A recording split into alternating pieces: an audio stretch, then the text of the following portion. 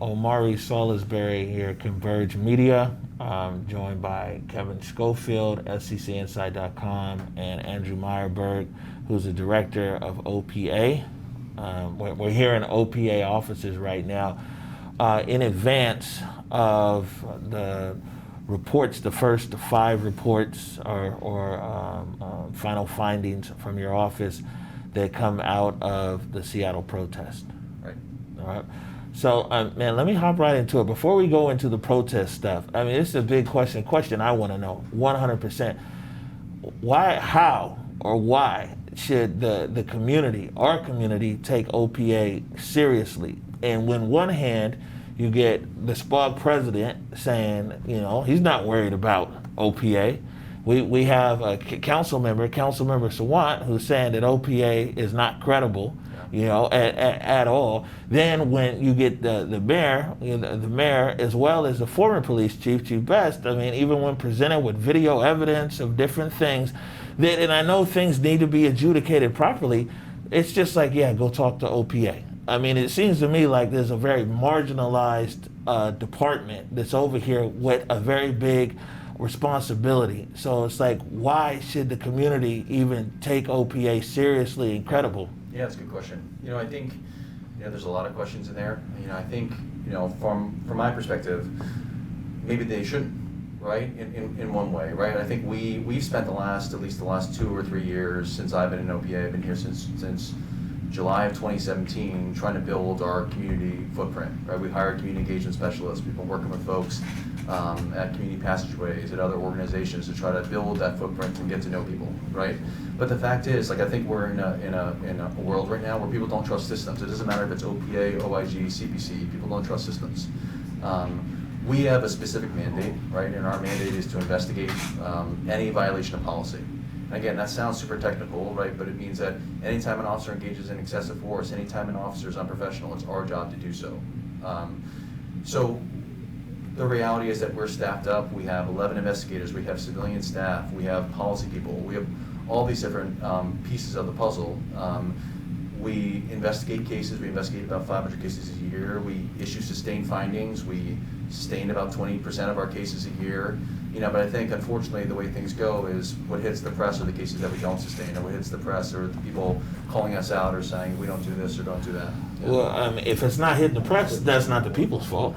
No, it's not the people's fault, right? But I think you and I both know that the media is generally not reporting out on the cases that went well, right? The media reports out on the cases that they deem that went poorly, right? So when we look at our cases, like you're seeing with this first round of cases that came out, like, our job is hard, right? And that's not an excuse, it's a fact, right? We're looking at these hyper complex cases that involve hundreds of hours of video and trying to make sense out of these human situations where something usually went wrong, right? And on both sides, people don't like that, right?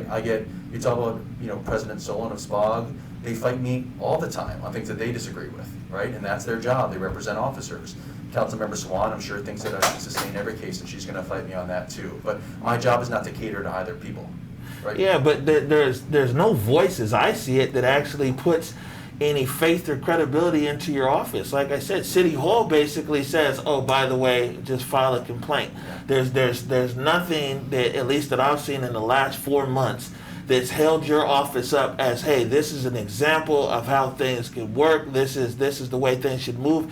It's always a side comment. When you get these press conferences down there at City Hall, it's like, well, hey, did you guys see this action or that action with the police? Well, hey, if you have a problem with the police, especially because in a lot of the press conferences, things are specifically brought up against protesters. Protesters did this, they tried to break this window, they did that, they'll break down the address, the time. When the media comes back and says, well, hey, look at this video right here. Look, there's a flashbang going to somebody's head. What do you have to say about that? City Hall says nothing but talk to OPA. And so, I mean, there's nobody in this city that's building any credibility into it. No one's doing you any favors. Yeah, and that's not new. I mean, I think that's kind of been the way it's been for I mean, I think for multiple OPA directors, I'm not the first. And I think the reality is OPA was created in the year 2000, right? Like, it's been around for a long time. and then 2017, when they passed the accountability ordinance that tried to revamp the whole system, there were a lot of people that were, trumpeting OPA and the work we can do. The system that was created, it was supposed to be OPA doing internal affairs and looking at these investigations of misconduct with a civilian-led department. You had the OIG that was doing the systemic look. You had the CPC that was doing the community outreach.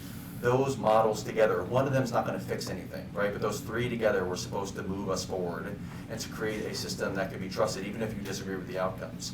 I think that there are people out there that do support us. Like I think, I've gotten support from certain council members that understand the need to have these systems and the fact that, frankly, Omari, there aren't that many other good systems in the country, right? The systems that are totally internal affairs, and that's not an excuse, that's a reality, it's a fact, right? So totally internal affairs, there's no transparency. It's all sworn, it's all done by them, right? So our office is a hybrid model. We publish our information, we try to report on information, we try to be honest, we try to be forthcoming. Have we hit every single person in the community? No, we haven't, right? But we have developed relationships, and I think we're doing our best. And the fact is that, I think people sometimes will trumpet OPA when it serves them politically, and they won't when it doesn't, and that's okay too. But I think there is support from some places, particularly from the other accountability entities, because they understand the value that we bring to the system. So there's, when you look at OPA, it's kind of in this weird position because it's mostly outside of SPD, but not entirely outside Right. of SPD. How does that work? So this was thought through pretty substantially, right? When we were writing the accountability ordinance in 2017, the thought was, okay, should you take OPA out completely and make it a standalone office? And the decision was made not to do that for the main reason that they wanted us to have access to documents and people, right? The one way these systems always fail nationwide is when you have to ask for information. We don't have to ask for information, we can just take information because we have all the databases at our control. So body-worn video, arrest reports, any sort of records we can just get and we don't have to request. The same thing for people. We need to be able to order people to come in and we need them to comply. So by being an arm of the department, we can do so. What I think is important to note, and people don't get this, and again, we haven't done a great job at making this clear, is that I don't report to the chief of police. I don't really report to anyone. I'm appointed by the mayor, I'm confirmed by the council, but I'm offset from the mayor's terms. I can only be removed for cause, and that's to ensure my independence, like as an entity. So I can't just issue a decision that people disagree with and then remove me from office. It has to be for cause. So who do you report to? Technically, I report out to a whole number of people, right? I report out to the council when requested. I report out to the CPC. I report out in some respects to the OIG. I report out in some respects to the mayor. But the reality is that they're building in independence for my role so that I don't have a boss that can control what I do. And do you feel like OPA is like staffed up enough to do the amount of investigative work that you have to do and to do them right? I think we're being tested right now. We've received 18,000 complaints. So just to put it in perspective, in a normal year, we get between 1,300 and 1,500 complaints, right? We've gotten 18,000. That's hard in that we have to go through every single email and to read the emails and to figure out what are people saying. Were you a witness to this? Were you a witness to that? Are you alleging something different? Then we try to bring in as many people as we can that were direct witnesses. So it is hard. Like we are working around the clock to get these cases done because we have a 6-month timeline. And the reality is we will get these cases done in time, but at the same time, like I don't want to throw them out on a piece of paper. Like we need to look at the video. We need to evaluate the facts and to see what happened and what went wrong or what didn't go wrong and why. Right. And speaking of independence, Black Lives Matter, Seattle, King County today sent out a letter. I haven't really been able to go through too much of the detail, but what they're charging there is basically some collusion between your office, the Seattle Police Department, and the mayor, talking about illegal transfers or use of information, talking about illegal access of information. What do you have to say about this? I'm not sure that there's anything to really say about it. I haven't read the whole letter just like you. I was not on their mailing list. As I understand the allegation against OPA, it's that we've been allegedly sharing information that was improper to share with the media. I'm not quite sure what the basis is of the allegation. From my perspective, I'm the only person by ordinance that can comment on cases. I'm allowed to comment on the findings of cases. I'm allowed to comment on the investigations of cases.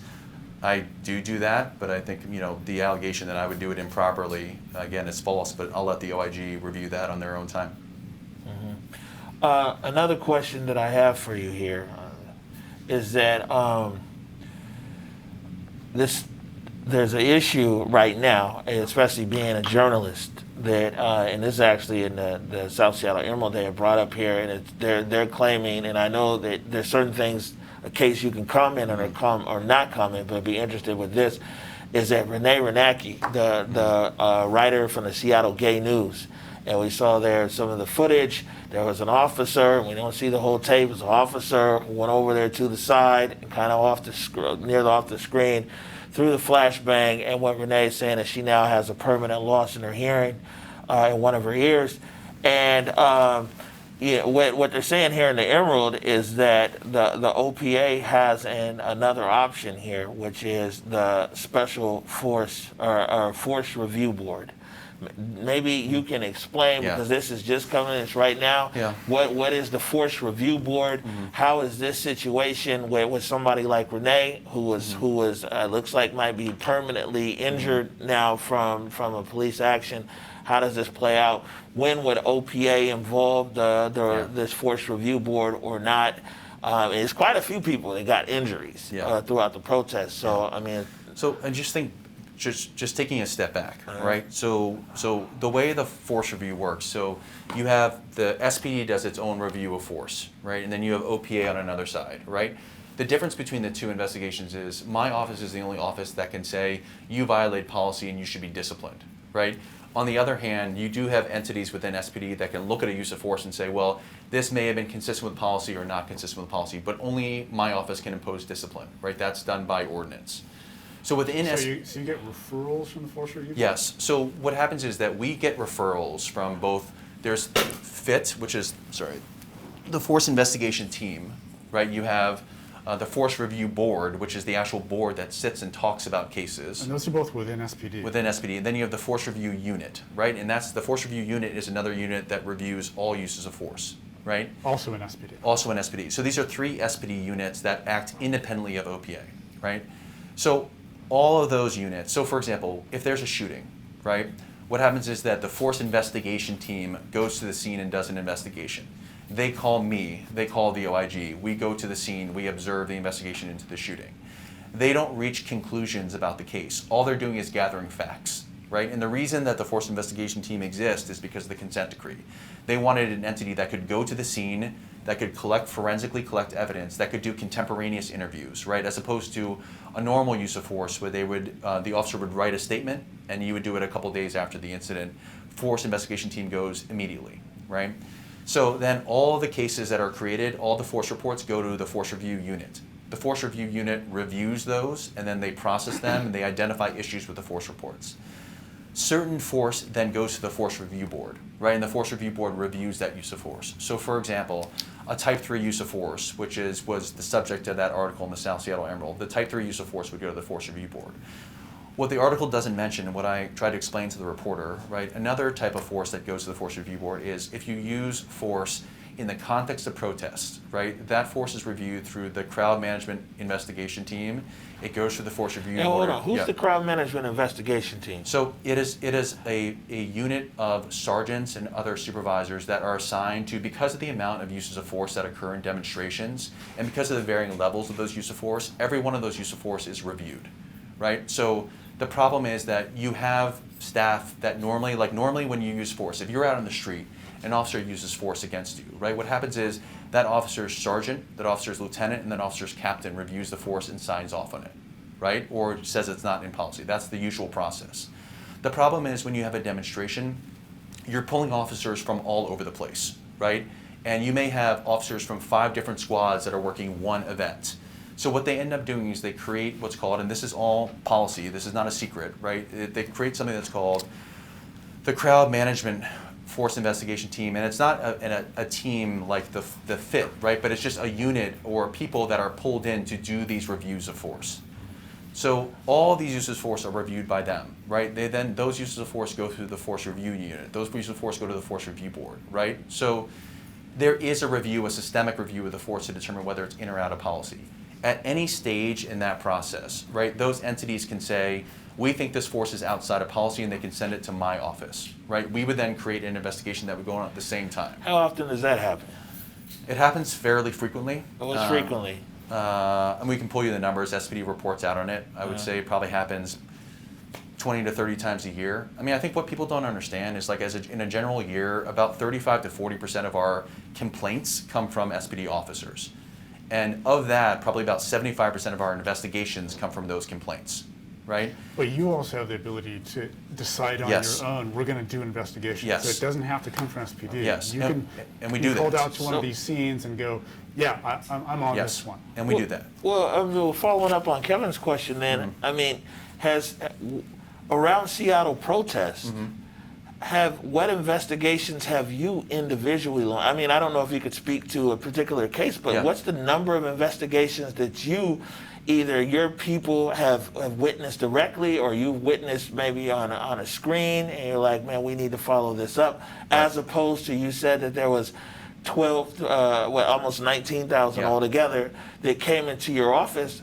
How many investigations have you guys said, hey, let's go and figure this out? I would say we have 118 protest cases. I would say a fairly significant number. The reality is that the way these protests are working, and Omar, you've been front and center, right? They are on social media more than any other protests that we've seen, right?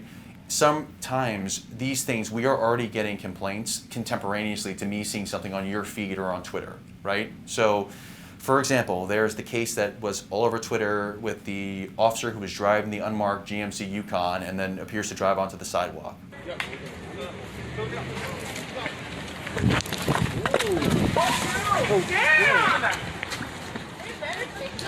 I saw it. What did I see? I don't know. What did you see? I saw you hit almost a bunch of people. No, did you see the guy who ran that I was trying to catch?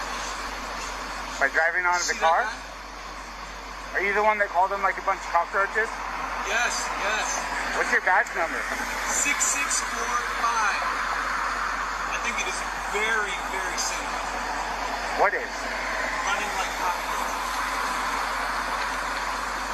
You know what? Don't worry. We're all going to defend this. You're going to defund us anyway. I am? Sure. I just wanted to know why you drove up on the I'm sidewalk. trying to catch a bad guy. Did you catch him? No, he ran like a roach. Do you like Seattle? I love Seattle. Like, I used to love Seattle. Now you don't? It's pretty fucking dirty. Pretty gross. Why you work here then? They pay me like $200,000 a year to babysit me. Would you drive your car? These knuckleheads every night because they smash up all the businesses. That doesn't upset you? It does upset me when people smash stuff, but it upsets me more when I see a car drive up onto a sidewalk with a bunch of people standing there. That upsets you more. You could have hurt a lot of people. Don't you think you could have hurt somebody? Seriously hurt somebody? I don't think so. You don't think you could have? I'm a professional. You're a professional driver of sidewalks? Professional. That was a case even contemporaneously to us getting complaints, and we did get complaints. We saw the video and we're like, we need to do something with this case, right? It does happen. And I think this is the misnomer to think that we're like sitting on our feet, like we're on our hands. We're regularly looking at social media to come up with cases. And we've been working even within those cases to say, okay, we have a case that maybe that you had streamed on your feed. We look at it and then we may identify more policy violations within that feed. Like, why did you stop that person? Were you unprofessional? Did you do this? Did you do that? We're not shying away from cases where a case, either where we've seen something or where someone's filed a complaint, we've initiated an investigation. I think the reality is, and I think what we're seeing, there's a lot of frustrations. And I'm not trying to walk away from the frustrations. Like, people are frustrated not just with OPA, but with all systems. And I get that, right? And I get the fact that people are frustrated because we're not issuing findings now. We didn't do it yesterday. We didn't do it 60 days ago. But we were reviewing a ton of video. Like, for example, for some cases, you have a case in which you were a witness in a case, right? Like, we want to review. I mean, I've been contacted probably about 6, 7. Right. I had 6, 7 cases, just Right. people off my street. Right, and that's why, but the reason we're doing that is we're trying to isolate what happened, right? We want to know firsthand what witnesses talked to. And we understand, just like it was for you, it is for other people. Like, this is traumatic to deal with this stuff and to talk about this stuff, but we're doing our best to flesh out these cases. Right, and so let me button it up there with Renee Renacki, Yeah. Seattle Gay News. So, I mean, what's the position? You guys have a case now? We have had a case, right? Right. The issue is, and this is what it's a little bit frustrating because I think there's just confusion about kind of what these different bodies do. What they're saying, right? What Ms. Reneke is saying through her attorney, right, is or Radeke, I'm sorry, is what they're saying is that they want FIT to do an investigation, and I don't understand why, right? Because FIT does contemporaneous investigations, right? Like this is now after the fact. Even when it was reported, it was already done and dusted. There is no scene for FIT to go to, right? The force is reviewed in the normal course of business, and that force is going to go to the force review board. So what they're seeking is going to happen. I just think there's a lot of misunderstanding, and this is not their fault. I'm not blaming them. I think it's mostly systems' fault, right? But I think there's a lot of misunderstanding as to the review that's going to occur. And if what they want is a review to determine whether the force is in or outside of policy, we're the only entity that can do it. So even if it goes to the force review board, because OPA has a pending investigation, they're not even allowed to opine on the case. They can evaluate it, they cannot opine. OPA is the only entity that can do that. Speaking of OPA having cases, we've a lot of times in different things, we've reached out to Seattle Police Department. I think one of them was the video, the speculation released after the first Soto protest, where they're on the tape.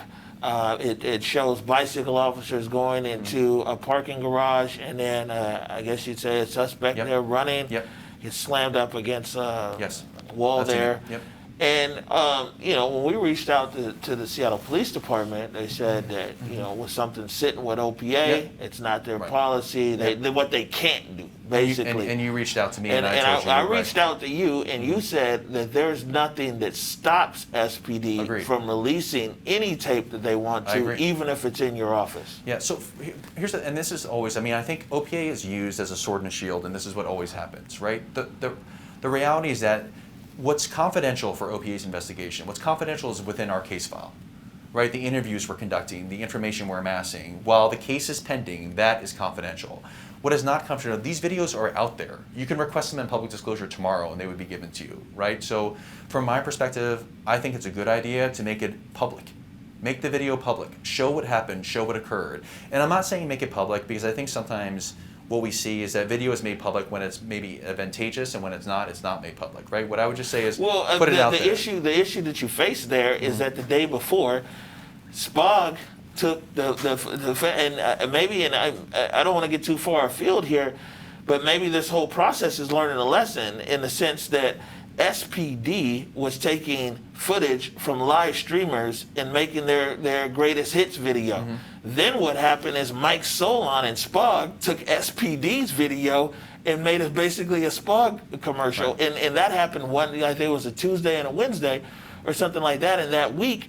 But then when people are like, oh, okay, release the body cams, everybody goes quiet. Right.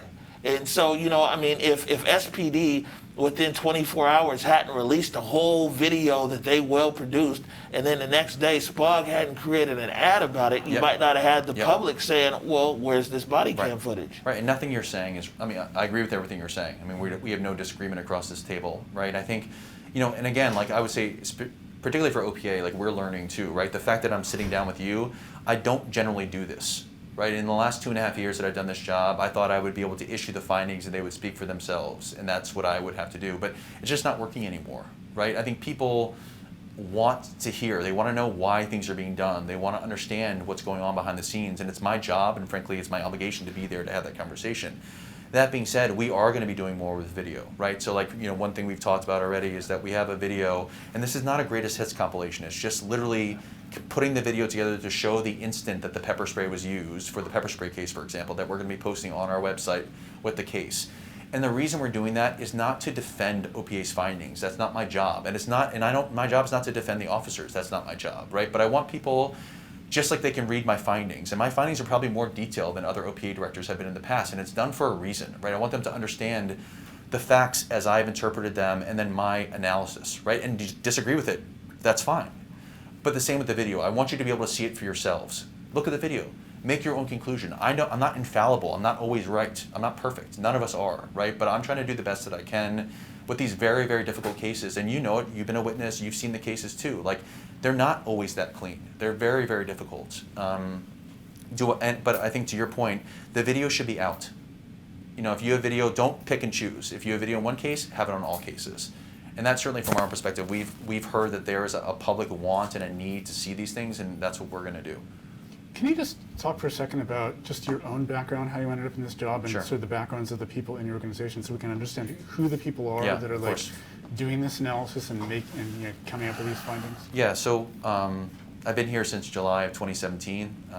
I came to OPA from the city attorney's office, so I was there for, about 4 years, before So you're an attorney. I'm an attorney, yeah. So I came here from New York, actually, and when I joined from the Seattle City Attorney's Office, my first job was, I was the CPC's lawyer. So I was assigned to be their lawyer for about a year.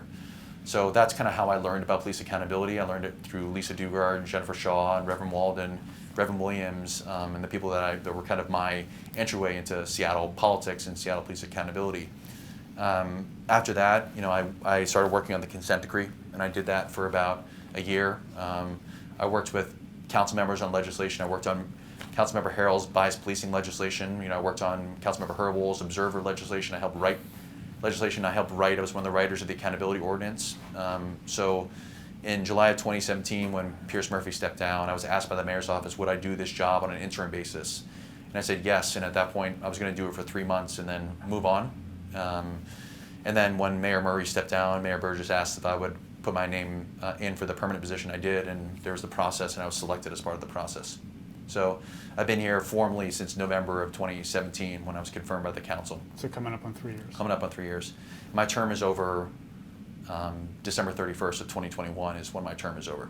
So your staff includes both civilians and some number of police officers. Yep. So we basically run it, we have our shop is basically two sides, and we call it investigations and public affairs. So there's about almost 25 people that work at OPA. Really half of our shop is the public affairs and half the shop is investigations. On the investigation side, so when I first started OPA in July of 2017, we had a captain and 2 lieutenants and then 9 sergeants. That was the staff on the investigation side. And really we had no other civilians except for a civilian deputy director. Then the city bargained with the police union for the supervisors. They bargained that the captains and the lieutenants would be civilianized. So during my 3 years, we brought in a deputy director, Mark Gerba, who came from Chicago. He's a former investigator. He worked at the Chicago Office of Police Accountability as a supervisor there. As another supervisor, we hired a woman named Grania Perkins. She is Irish. She was a police officer for 15 years in Ireland. She worked in academia here for Seattle U, and she's been here for a couple of years. And then we hired someone to help me write, John Barry, who's a lawyer and graduated from University of Washington Law School. We also hired our first 2 civilian investigators. So, before we were all sworn, and now with the SPOG contract, we've been allowed to civilianize. So we have Dane Rohrer, and Dane came from Chicago, also Chicago Office of Police Accountability, not a former officer, but a lawyer. And then Chelsea Whitler, who came to us from the Federal Defender's Office, who's also a lawyer. So those are our first 2 civilian investigators. So now we have 9 sworn sergeants and 2 civilian investigators. So what's the pluses and minuses of having sworn officers in OPA? Yeah, so I think from our perspective, the benefit is that they understand the work and they understand the nuances of the work. So for example, when I first came in, I had a case with an officer that supposedly fired a handgun negligently. Like, I'm from New York, I don't know anything about guns. I don't own a gun, I don't know how to take them apart, I don't know how they fire, I don't know anything about them. So to have a sworn officer who could understand that and could walk me through that. Like, we have cases where very technical timekeeping cases, cases that involve logging for certain calls. Like, to have people that understand the work and that understand how the job is done, for me, is incredibly important. It can't be everything, and that's why I like the idea of a hybrid model where I can have both. Because I think that just makes a better work product, particularly where now we've been able to pair civilian and sworn up on cases. If someone says, Omar, you talked to a sworn sergeant, I think in your case, but other people have said, I only want to talk to a civilian. Mm-hmm. So we have the ability to do that. I mean, obviously it's tough right now because we only have 2, and that's not our choice necessarily, it's a function of the contract.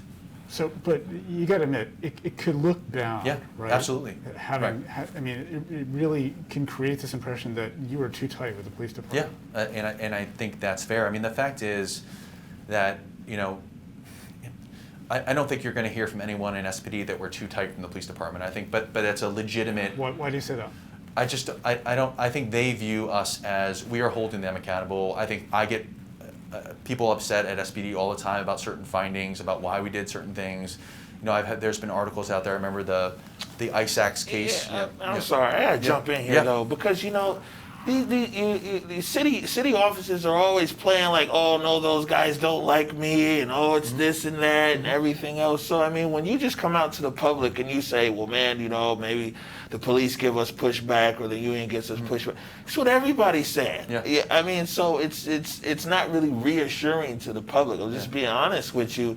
When you're like, well, they don't like us necessarily holding us accountable. I mean, we've seen through the dynamics of this city is that certain people and organizations at levels, I mean, they're able to force their way through on things here. And so, yeah, maybe somebody's upset because you're holding them accountable on one level here.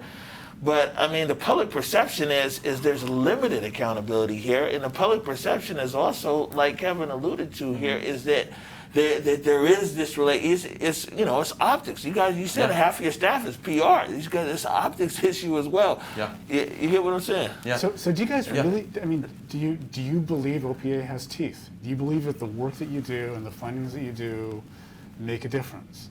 So yeah, I do believe that. I do believe we have teeth. I do believe that we can make a difference. I mean, I think the problem is that, I think sometimes the expectation of the differences we can make are outsized, right? Like, ultimately, I've made 100 policy recommendations since I've been at OPA. Has that improved policies? Yeah, it has. If you want, I can give you every one of those policy recommendations. Can I transform a department, one accountability arm? Can I transform the police department? Absolutely not. It's not possible, right? So I think these are hard questions to answer because you're saying no, you ask them, and I respect it, right? But you're saying the community doesn't trust OPA. Who in the community you're talking about, right? Because I talk to people too, right, that do, and not everyone does, and that's okay too. And your community is going to be different than the people that I talk to and the people that oversee the department, right? Well, I mean, let me be honest with you. Even when I say community, I'm from the Central District of Seattle, from 29th and Jackson, James A. Garfield High School, and I'll be honest with you, my whole life here in Seattle, there has never been a time where people were like, oh, well, man, there's a great amount of trust between oversight and accountability. Right. We had a show here this morning, the morning show we talked about 30 years ago. It was Chief Fitzsimmons who was telling the women in our community who were standing up against police brutality that they need to just go find husbands. That was the tone. That was the tone of the Seattle Police Department 3 decades ago. Yeah. So when I talk about community, I'm not talking about Kevin's community or anybody else. I'm talking about the Central District, legacy black people in Seattle, and it's never been a time where you felt like, oh, okay, these guys got our back for accountability. Yeah. I'm just being honest with you. No, and I appreciate it, right? Yeah, and I asked and you answered. And I think, obviously there is...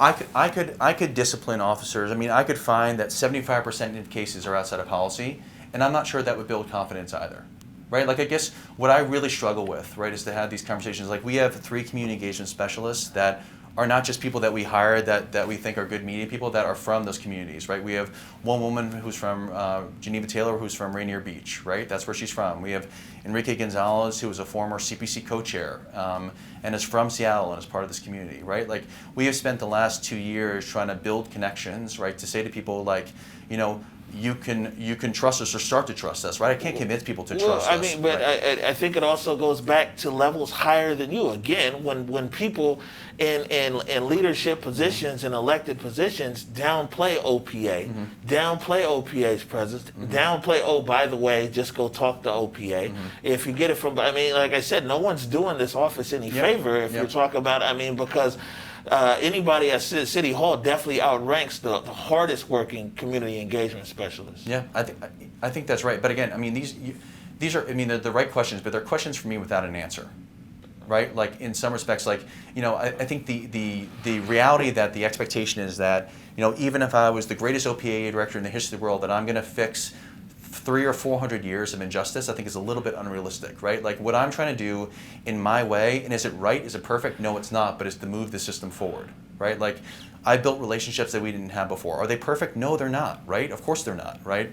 But, whether it's between institutional partners, whether it's between people in South Seattle, we went to Cleveland High School and we talked to 300 kids to try to explain to them what these systems are, how they work, and to try to build education and trust in the systems, right? Like, am I going to fix historical racism towards people in the Central District, I'm not going to do it. I can't do it. Even if I try my hardest, which I am doing, right? I'm trying to move this forward. I'm not going to be able to do it, right? So I think it's really, really a difficult place to be put in for OPA that, we're viewed as this panacea. Like what went wrong during these protests is a lot, right? And again, the sustained findings that I issue and the policy recommendations that I make, it can improve for the future, right? But it's not going to fix what happened in the past, right? And I don't think any level of discipline is going to do that. So how do we move forward together as a community, right? And what's OIG's role with you on that, right? Because there's, at least the way the accountability system is designed, they're supposed to be looking at the systemic issues, which in some ways gets a little bit more towards what Amari. So, I mean, how do the two of you look at that, right? Yeah. How much of this is your job and how much of this is OIG's job? Right. I think the distinction between the two entities is that my job is to look at these individual cases, and my job is to say, was this in or outside of policy, right? And where I see flaws in policy and absence of policy, it's my job to make a recommendation to the department to change the policy. The OIG is looking more systemically, like they're not looking at individual cases, they're looking at the impact overall. So for example, the OIG has talked a lot about this Sentinel event review, right? The purpose of that review is to kind of look globally at what occurred, why it occurred, and how to fix it moving forward. What's going to be playing into that Sentinel event review will be the findings that we issue in our cases. It will be the recommendations that we've issued about, reauthorization or not reauthorizing less lethal tools. Like these all play parts in the process, but again, it's not just OPA, and then the CPC, of course, is involved too, because they're supposed to be the conduit, right, for community to come and give its feedback to all these systems and to approve all these systems. The systems are being tested right now, right? Just simply stated by volume, by intensity, by a once in a generational shift in views on policing. Like this is all happening right now. And to your points, Amari, everything you're saying is valid. Nothing you're saying is invalid, right? And I understand what you're saying. What we do is by individual cases, right? By trying to change behavior of individual officers, we try to affect larger scale change within the department. We are not engineered to be a systemic body, and in that respect, we're always going to fall short, always, right? I have a question here about mediation. Yeah. And one of the questions about mediation, can you explain this mediation process? And also, my understanding is if somebody does mediation, it stops the investigation with that officer. So for mediation, we offer it for. We have a criteria, and we just actually revamped our mediation program about a year ago, where we were coming up with like an updated criteria because we hadn't done that at least since my time at the OPA. So just to clarify, you're saying we, so this is an OPA program? Or It's an OPA, but when I say we, I mean the team here, right? Meaning that. Be clear, when you say the team here, you mean? OPA, Okay. yeah. So we had some of our community engagement specialists, our policy team, all were working on developing best practices around how do we revamp our mediation program, because the fact is that no one really utilizes it. I think, 2 years ago, I think we had 7 people that did mediation out of all the investigations that we have. What's the goal of the program? I think the goal of the program is to put officers and a community member in a room to discuss the case, and to, particularly where, like for example, there's a stop and the person says, well, I don't know why you stopped me. Maybe it was because of my race. And the officer says, well, the reason I stopped you was because we had a call and you matched the description. This is why I stopped you, right? For those cases, sometimes it makes sense to put them in the room so the person can say, this is the impact that this case had on me. And the officer can say, I'm sorry, I understand the impact. This is why I did what I did. And usually what we find is from those cases, we get reviews and we get surveys, and that people view them positively, and they view it as a good situation to come in and explain how you felt and how you were impacted. What's the threshold though on mediation? I mean, because like what you just explained, it kind of makes sense. It's a smaller thing, but I mean, where we heard is that people who have grievances in physical grievances around protests are being offered mediation. Yeah. So what the investigators do, and this is both civilian and sworn, they have a script, right? So when they interview you, they talk to you, and they did the same thing with you. They ask you questions, right? They say, how would you want this case to be resolved? What do you want to see happen? Some people say, I want to talk to the officer. I want the officer to be fired. I want this to happen, right? Another question they ask is, are you interested in mediation? Right? It is a question that's asked, are you interested in it, right? At that point, it still has to go through our protocols. It still has to go through our procedures. Not every case gets mediated. For example, like you just said, a excessive force case is not going to be mediated, right? Because it's just not an appropriate case for mediation because of potential injuries and other exposure. A criminal case, dishonesty, retaliation, we're not going to mediate those cases. And it's asked, I think, just to say to people the same way we say, what do you want to happen to the case? It's, are you interested in mediation? Because we have asked it as part of a script. We've reevaluated, and there was a case again. Okay, so just in clarification, I've never been asked those questions. I don't have any cases with OPA. Right. I've only been contacted with As a by witness. OPA Yeah. because they want to ask what I was seeing Right. there in the stream. Sorry, and I should have clarified that you wouldn't have been asked that because Right. it would be asked of someone who's a complainant, not a witness. Exactly. Yeah. Exactly. So, but what I'm saying is, if mediation fails, then what happens if the citizen leaves there feeling like nothing has been resolved? Does the case now stop? So part of the mediation process, and this is done for a whole bunch of reasons, and again, OPA is not unique in this, right? Like, this is a restorative justice mediation model that's done by agencies all over the country. Like, we didn't just come up with this. Like, this is a national best practice, right? It's to say, you enter an agreement, you decide whether you want to do mediation. It doesn't force it on anyone. People can choose, right? And as part of that mediation agreement, you say that I'm willing to come in. I understand that the case will go away or will be basically dismissed once the mediation is concluded. The caveat of that is that if the officer doesn't act in good faith, similarly if the complainant doesn't act in good faith, if all they want to do is come in and yell at the officer, for both people, that's mediation is not going to work, right? If the officer doesn't act in good faith, then we would continue with the investigation. I would just say, as a practical matter, I think what we always look at as like the parade of horribles is, how is this going to go poorly? The fact is, it just doesn't happen, right? In almost every single case in which we have mediation, and again, I'm happy to give you the numbers, I'm happy to give you the surveys, is people feel like it is a positive experience. For the first time, they're able to sit in a room with an officer and explain how that officer's conduct may have impacted them. And I mean, unfortunately, I think it's something we just don't do well as a society right now. There is nobody talking. But for people, if they get informed consent, we talk them through the mediation. If they don't want to mediate, or they want to see their investigation through, I just had a case the other day where the person clarified, no, I don't want to do that. Then we do an investigation. So who does it? Who is the mediator in the room? The mediator is from the King County Dispute Resolution. They're mediators that are trained by the county that we pick from a panel. And they have expertise. They have expertise in there. Public safety and police. I think some do. Some are retired judges, but generally they receive certain training from us to be able to handle these types of cases. When you talk about moving into the protest, and I heard you mention that OPA a lot of times investigates on their own. You talked about how the live streams or the streaming has given unparalleled access into something like this. We've seen how many, just in a general sense, if you don't have the exact number, based upon the flashpoints around the Western Barricade when it was first there, and then another flashpoint being July 25th, which played out again up there in Capitol Hill.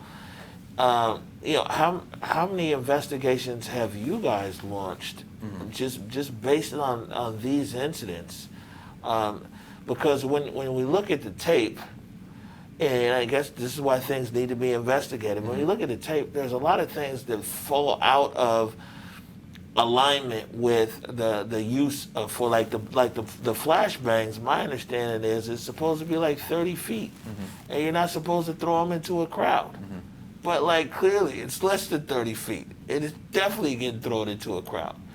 Are these kind of things you guys are looking at? Another thing is indiscriminate use of the pepper spray. And I think we'll get to one of these cases here where you talk about, officers trying to use direct spray. We see indiscriminate use of the pepper spray.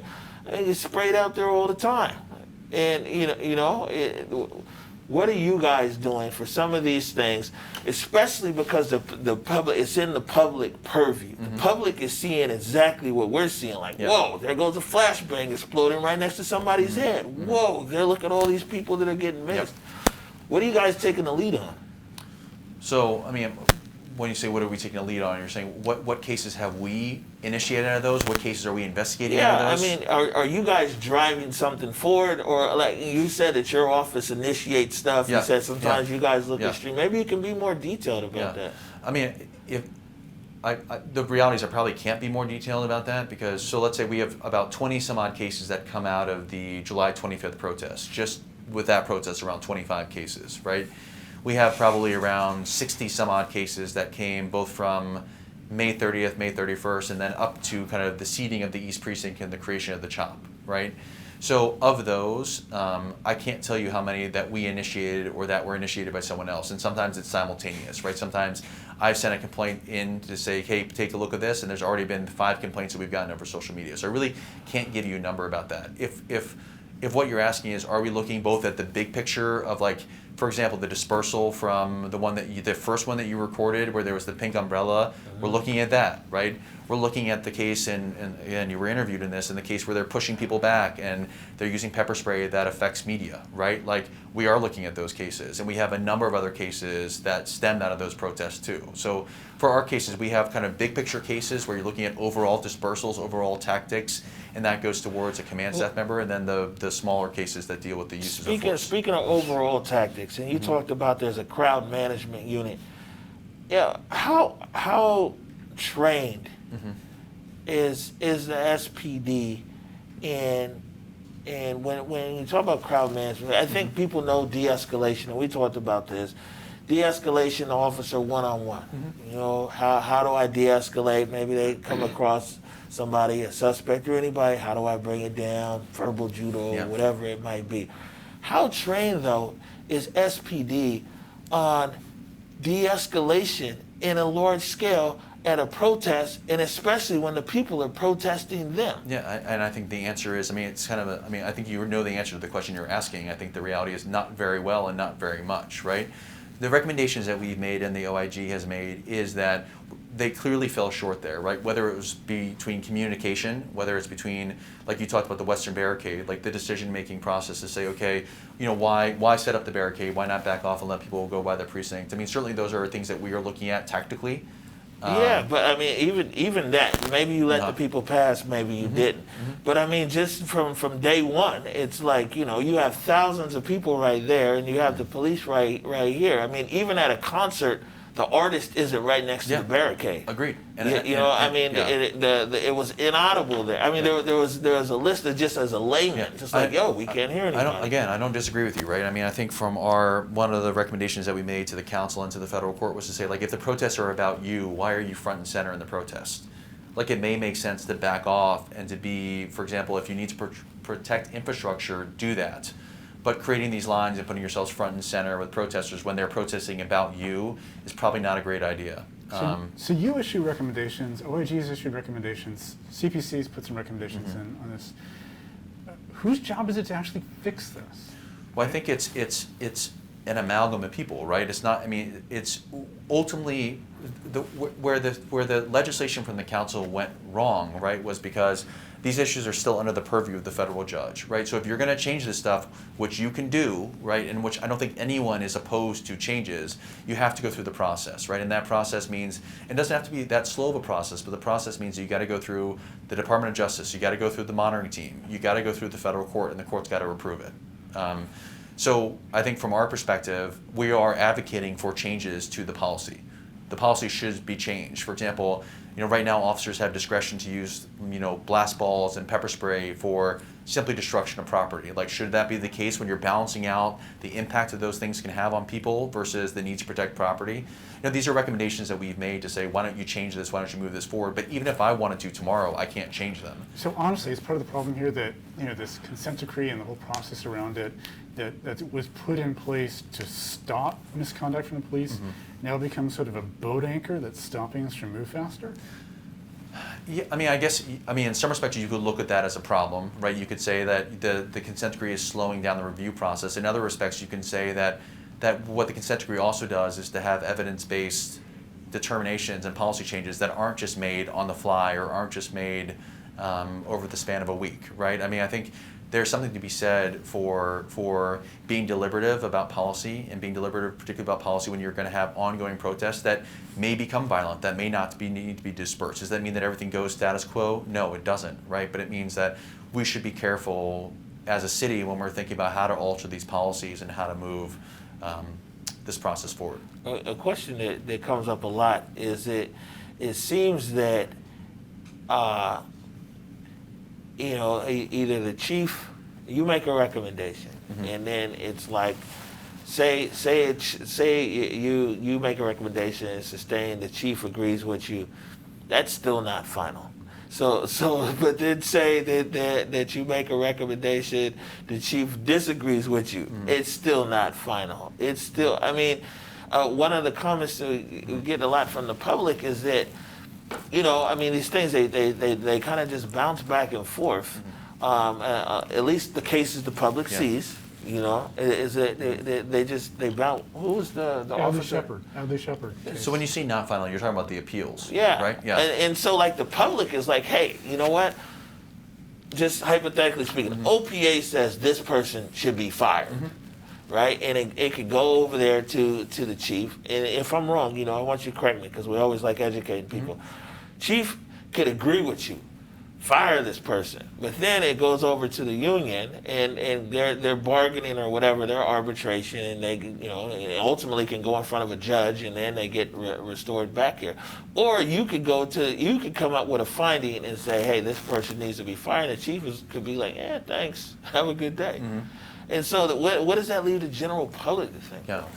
I mean, I think a couple things. First of all, obviously the officers do have a right to appeal discipline. Sure. I mean, that's any public sector employee of any union across the city, and every city in the United States of America has a right to appeal, right? So SPD is not unique in that respect, right? I think what's unique is arbitration, right? And the question I think that's in front of a lot of people is whether arbitration is the way forward, or whether arbitration too often results in kind of these determinations where discipline is reduced or overturned, right?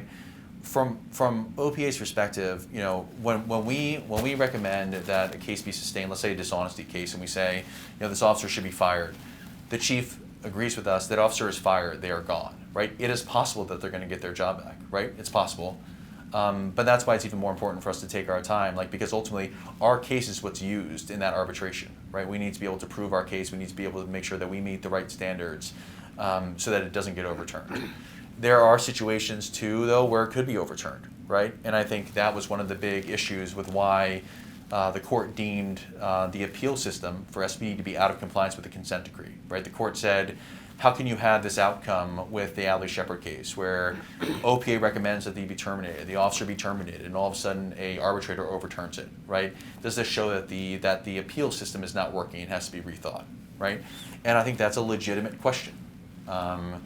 So with regard, it's a legitimate question that stopped the consent decree from being yes, dismissed. absolutely, right? But again, this is not, and I just want to be clear, this is not a Seattle specific problem, right? Arbitration is a national problem. It's not just here, it's everywhere, right? So, can we in Seattle, do we have the innovative ability to figure out a fix? Potentially, right? But it's going to take some work.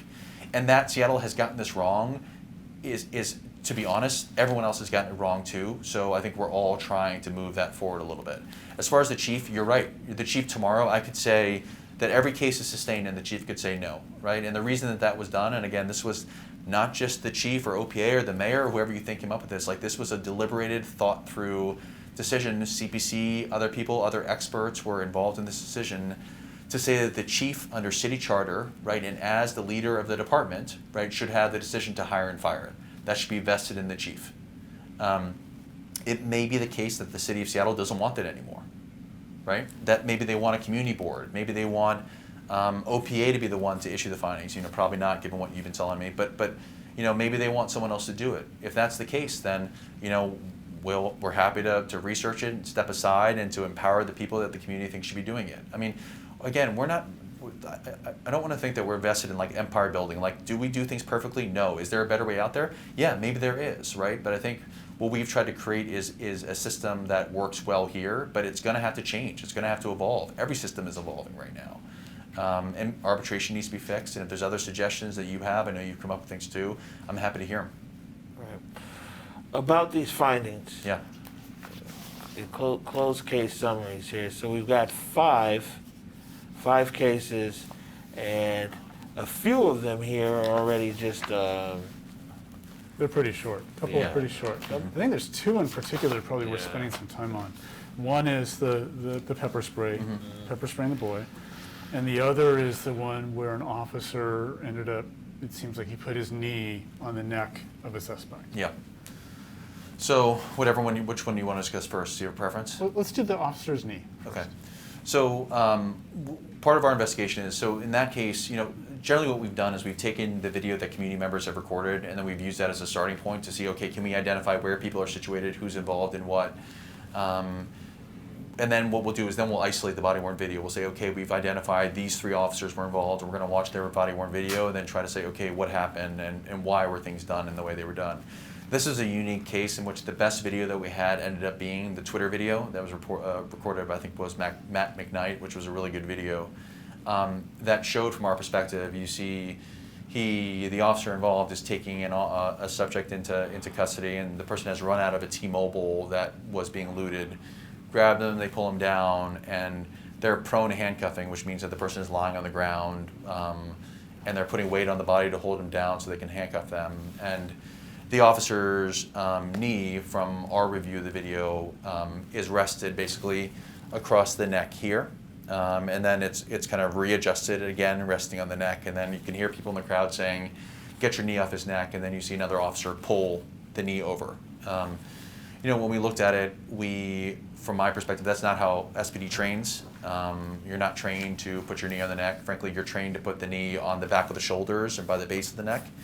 And even if it was 13 seconds, and frankly, even if it was inadvertent, the fact was that it did violate policy and it did violate training. So we recommended that the use of force allegation be sustained, which means that we said it violated policy. As part of that case too, we had watched the body-worn video, and again, before and after, and we identified some statements that the officer had made that we viewed as unprofessional. And there was a sustained finding issued there too, to say that just didn't meet the department standards for professionalism. unsustained here, it says use of force for neck holds and carotid restraints.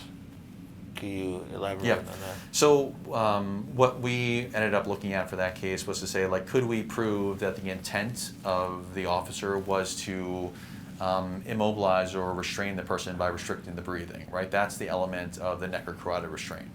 From our review of the evidence, and certainly from kind of the way the incident unfolded, how fast it went, the kind of the frenetic nature of what was going on, the officer's statement, the statement of other witnesses, we did not think that he had an intent to restrict the person's breathing, and there was no evidence that the breathing was actually restricted. But even if it was inadvertent, it really doesn't make a difference. Again, it's almost like a strict liability issue. What did the person who was being restrained, did you interview? I think we tried, and you would have to look through the case file. I can't remember right now. I think we tried to interview them, and they did not respond to us. It's a lot of, I'll be honest with you. Yeah. It's a lot of, reading through this, it's a lot of people where there's no interview. Yeah. You know, and I don't know if that's because people don't feel like, nothing's gonna happen if they come and talk to you. Yeah. Or if they're feeling uncomfortable, but like, in reading what these cases here, it's like nobody's talking to you. Yep. Why do you think that is? Well, I think a whole combination. I think people are worried about, getting doxxed on social media. People are worried about retaliation. I think some people just don't want to be involved in a investigatory incident. Some people have lawyers and they're being investigated. Yeah, but this is a person who was in a video that went around the world with an officer's knee on his neck and he refused to talk to you. Yeah. I mean, to be honest, right, I really can't tell you what's going through that person's head. What I know is that we reach out to them. We offer them the opportunity not just to talk to a sergeant, but to talk to a civilian investigator or talk to another civilian in the office or talk to one of our community engagement specialists. We do our best, but the reality is that some people just don't trust systems. They don't trust any investigative. It doesn't matter if it's the OIG, any sort of a government investigation, they're not going to trust. Maybe they're worried about other criminal charges. Maybe they're worried about their name getting out there. There could be a whole host of reasons. Sometimes we don't have good contact information for them. There's a whole bunch of reasons why people may not talk to us. And some people just may simply not trust OPA and not want to do it. That's part of it too. So obviously, this is a particular case that coming, a few days after the George Floyd murder at the hands of an officer, it looks, for essentially the same thing, a knee on the neck looks particularly bad. So like, compare and contrast the two for me here. How is this like that? How is this not like that? Right. Well, I would say for me, they're substantially different. I think when you look at the video in Minneapolis, I think you're right. It is a murder, right? You see an officer kneeling on the neck of somebody. There's no exigency. There's no threat there.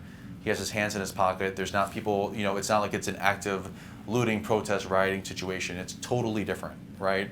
And he's deliberately, he's not trying to put him into handcuffs. He's already secured. He's literally just kneeling on his neck, right? For how long? Remind me how long that went off? 8 minutes and 46 seconds, right? And we have this case, we're looking at a very fast-moving, fast-evolving situation where they're taking someone into custody.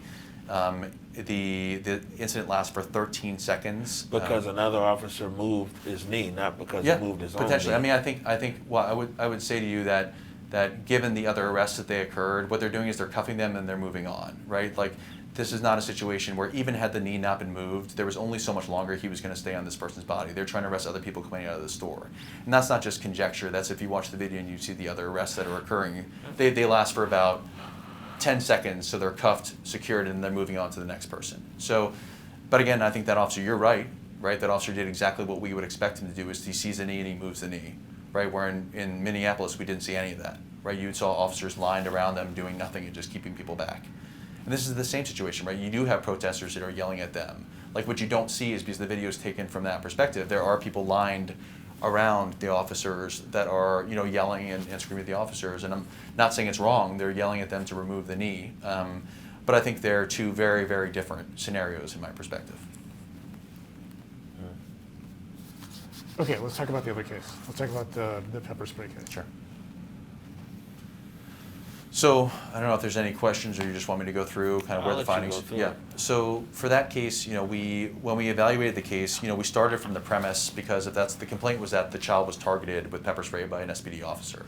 So we started at that premise, and when we first reviewed the video, there was no video that showed the actual pepper spraying. The video that we had showed the aftermath, where you had the child who was affected by the pepper spray, and they were pouring milk in the child's face, and he was standing in the street screaming. So that's the one that went viral. That's the one that went viral. So you got like 13,000. About 13,000 complaints for that case. So most of those complaints identified a certain officer as using the pepper spray. So we started with that officer's body-worn video, and to watch that first to say, okay, what can we see? Again, because we didn't have any community members' video that actually captured the usage of the pepper spray. Hold the line. Move back. Move back. Move back. Move back. Move back. Move back now. Move back. Move back. Move back now. Move back. She just threw a rock. I see her. When we looked at it, we were able to determine that officer was about 15 feet away from the pepper spraying, so he wasn't involved. But we were able to isolate the rest of the people that were on the line facing the protesters, and we were able to see what they did and when they did it. So as part of the investigation, we went through all those videos, and we started to isolate the moment of the pepper spraying. So basically from when a disturbance starts happening at the protest line to the time that the pepper spray is dispersed, it's 25 seconds. And when the pepper spray is used, that's about 5 seconds. And what we saw was, and I'm happy to show you the video, what we saw was that there, at one point at the far right side of the line, they begin to arrest somebody. While they do that, they say move back, and they start to push the line back.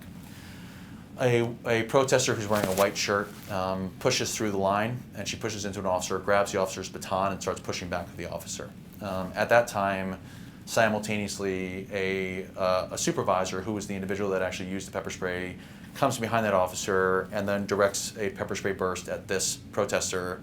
She turns around and moves back, and that's the 5 seconds. What isn't clear until you watch the totality of the video is that right behind her is the father, and right behind him to his right is the child.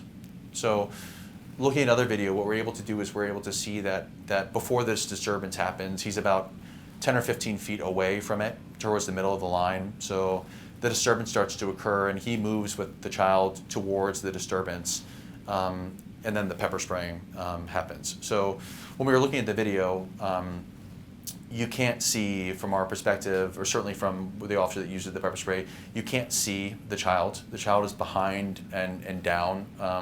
What you're looking at directly is the woman or the protester in white that's breaching the line. So the pepper spray application is to her. And what it appears to be is that when she's sprayed, she kind of turns like this, and there's a deflection that appears to affect the father and potentially the child.